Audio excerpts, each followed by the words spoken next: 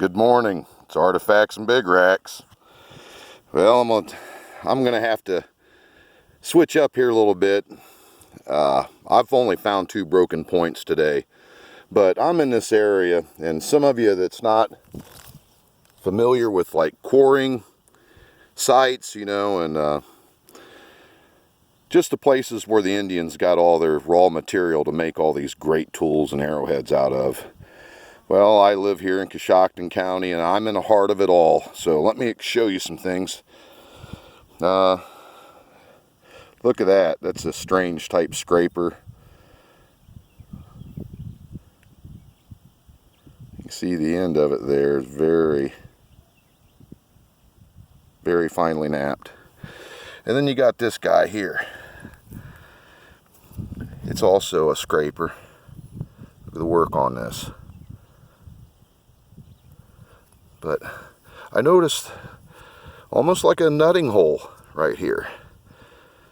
Now I haven't cleaned this up. I'm not near a creek or a river, so I'm just gonna have to deal with it. My water's back in the truck, which is 1/8 of a mile or longer behind me, so it's just gonna have to wait to be cleaned. But look at that. And then I picked this one up. Boy, oh boy, and this really is a nutting hole. Look at that. They have pecked this all the way around. And then down in here, this is Nelly gray. That's what it is. But they pecked that all the way around, and then down in here there's a fossil inclusion. And this fossil is almost gone because it's smoothed out. This is kind of different. But, you know, and it's just the work on, there's work all around on this thing on the edges. They pecked this whole thing out to make that. That is cool. So, and I've got 2 broken points. One's shattered, this one is shattered. Half the base is gone, shattered right up along the side on the other side. It's just annihilated. This thing's, I can't even tell what. I know it's a point, and that's all that I can tell. But the reason why I put the brakes on, because I want to get everybody here a look-see what this is like. It's like looking for a needle in a stack of needles. It's just everywhere.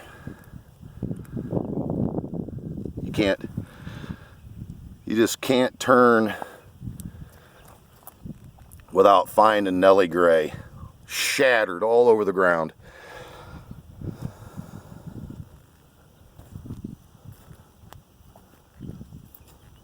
Just amazing. So I'm actually back here where I said yesterday this was probably,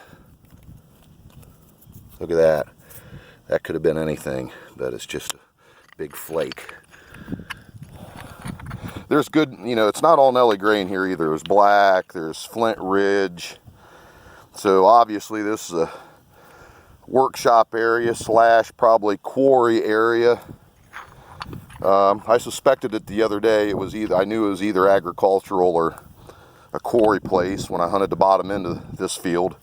Now I'm up on the high ground, which because of erosion provided easier access for the Indians to, you know, to get at the prized material they were after. Here, hammerstones are very common. So like every piece of green granite that I see, or like white quartzite, I pick it up. I have to. I mean, it's not like I need another hammerstone, but I will not pass it up. If it's there, if it's an artifact, it's coming home.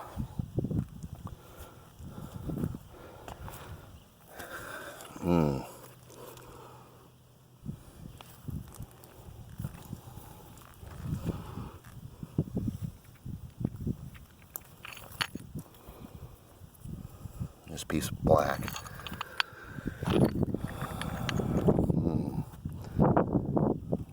Downhill here a little bit. See something pointing like that that really gets you.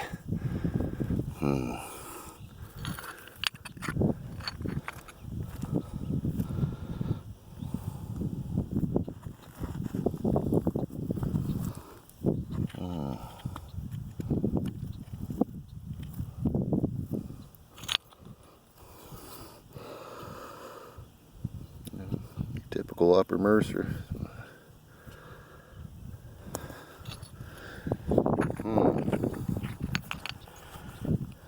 Well, well, well.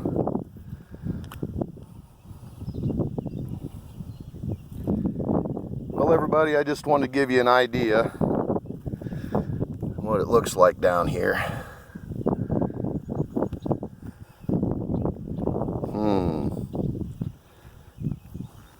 Well, I suppose I'm going to get off here and get back on to concentrating on the hunt instead of videoing. I haven't purchased a GoPro yet,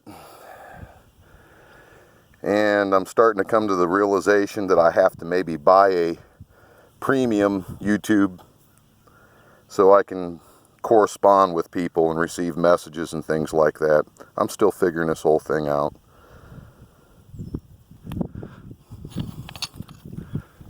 So, well, I think I'm going to cut her short here, and I'm going to let you guys go. If I get back with you, that means I found a nice point.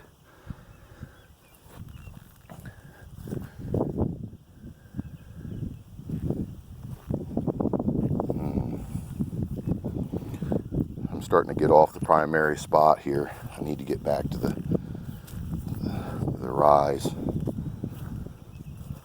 As you get closer to the rise, you're getting right back into the flint. I mean, it's all over the place. And it's not uncommon for here. It's just really not. This is not anything unusual for the area geologically. It's right on par. Right there's some nice stuff. And it's worked. If you can see that right there, that's a piece of worked flint. I would say that is fire treated. It's popped out right there. This Upper Mercer stuff, for your information, is very hard to heat treat. I've experimented with it in the past, and if you can get it to about a 360 degree temperature and maintain that temperature for at least, I'd say 3 hours consistently, it'll glass up. You know, Upper Mercer does heat treat, but it's difficult to do it. And if you look at all this material, it's just shattered everywhere, and it's just hard to even get anywhere. It's just, you have to go so slow and just look at everything with it's hard to do. I'll just say that much. You really got to work hard out here. You'll find tons of stuff. I mean, believe me, tons of stuff.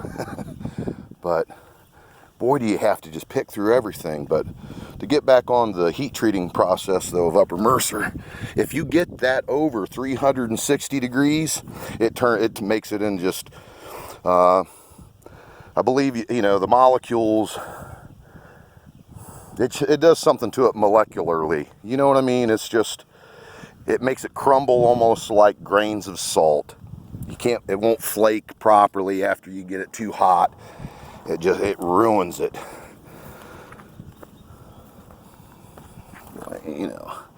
Big monster hunks and Nelly. And you come over here and then there's some blue. Yep, makes it tough, makes it challenging. But if this was easy, I wouldn't be doing it. That's why I like deer hunting primitively, via archery or muzzleloader.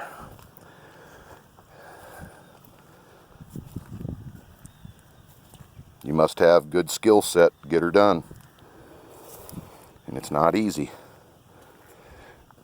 Trust me, I've had to cope with my failures many a times. But that's what keeps you going, that challenge.